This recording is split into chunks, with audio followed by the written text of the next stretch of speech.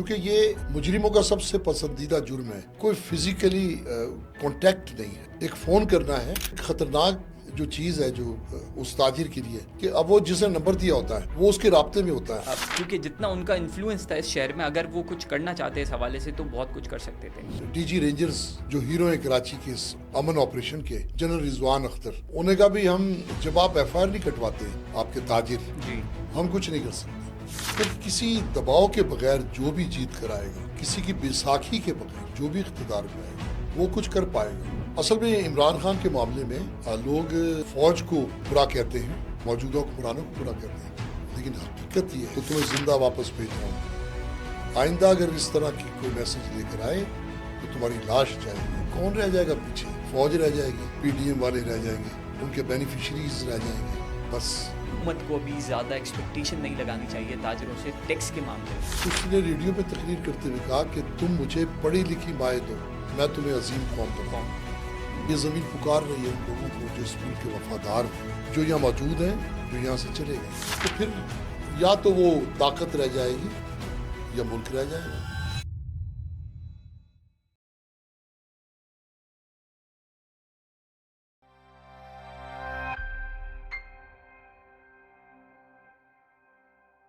ناظرین کرام، خوش آمدید ایک نئے پوڈ کاسٹ کے ساتھ جو ہیں وہ ہم حاضر ہیں. آج کے ہمارے گیسٹ آل کراچی تاجر اتحاد کے چیئرمین عتیق میر صاحب. آج ہم بات کریں گے کراچی میں ایک بار پھر جو ہے وہ بھتہ مافیا جو ہے وہ سرگرم ہو گئی ہے. کراچی میں تاجروں کے مسائل پہ، ٹیکس پہ، کے الیکٹرک پہ مسائل تو بے شمار ہیں. تو آج ہم نے دعوت دی عتیق میر صاحب کو. سر بہت شکریہ آپ کی آمد کا. آپ نے جو ہے وہ اپنی مصروفیت میں سے جو ہے وہ وقت نکالا. سر کراچی میں مختلف ادوار گزرے ہیں اور ہر 2-3 سال بعد جو ہے اب وہ بھتہ مافیا جو ہے وہ پھر سرگرم ہو جاتی ہے. ایم کیو ایم کا بھی دور تھا، پیپلز پارٹی کا بھی دور تھا، گینگ وار کا بھی دور تھا، اور اب تو جو ہے وہ چیزیں لگ رہا تھا کہ اسٹیبلٹی کی طرف جا رہی ہیں. تو ایک بار پھر جو ہے وہ بھتہ مافیا جو ہے وہ سرگرم ہو گیا ہے. تو تاجروں کا کیا موقف ہے اس بارے میں؟ دیکھیے، جب بھی کوئی جرم باہر آتا ہے اس کا ذمہ دار میں قانون نافذ کرنے والے اداروں کو سمجھتا ہوں.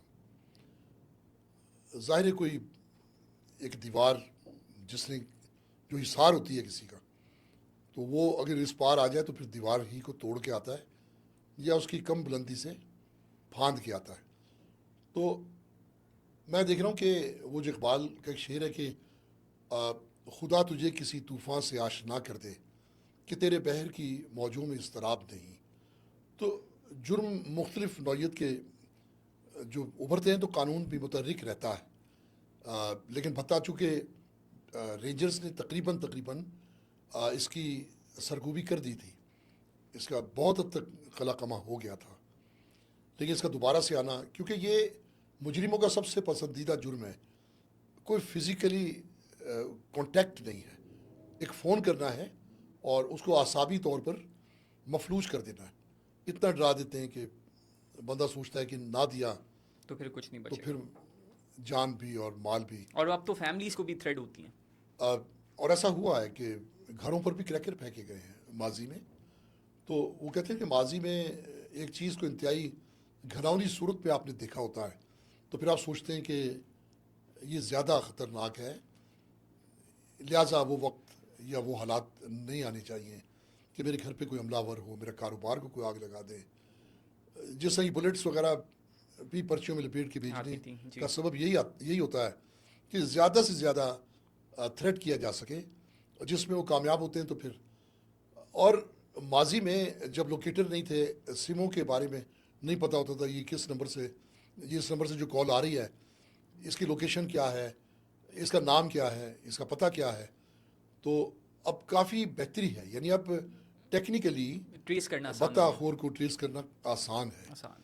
تو میں سمجھتا ہوں کہ فکر کی بات نہیں ہے، ادارے متحرک ہو جائیں تو انشاءاللہ اس میں پھر کامیابی ہوگی اور یہ پھر ایک دفعہ گوشہ نشیں ہو جائے گی.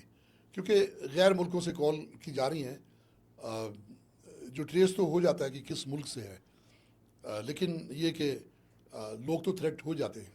ابھی بھی 100 سے زیادہ جو رپورٹس خود قانون نافذ کرنے والے اداروں نے انکشاف کیا ہے کہ ایک بڑی تعداد ہے جو ہمیں لوگوں نے شکایت درج کروائی ہیں. میں عام لوگوں سے، تاجروں سے بھی کہتا ہوں کہ جس کو بھی کال آتی ہے وہ بجائے اس کے کہ ہراساں ہو جائے، فوری طور پر وہ نمبر قانون نافذ کرنے والے کو اداروں کو دینا چاہیے. 15 پہ کال کر سکتا ہے، علاقے کے تھانوں سے رابطہ کر سکتے ہیں. رینجرز کا نمبر ہے 1102، اس پہ کال کر سکتے ہیں.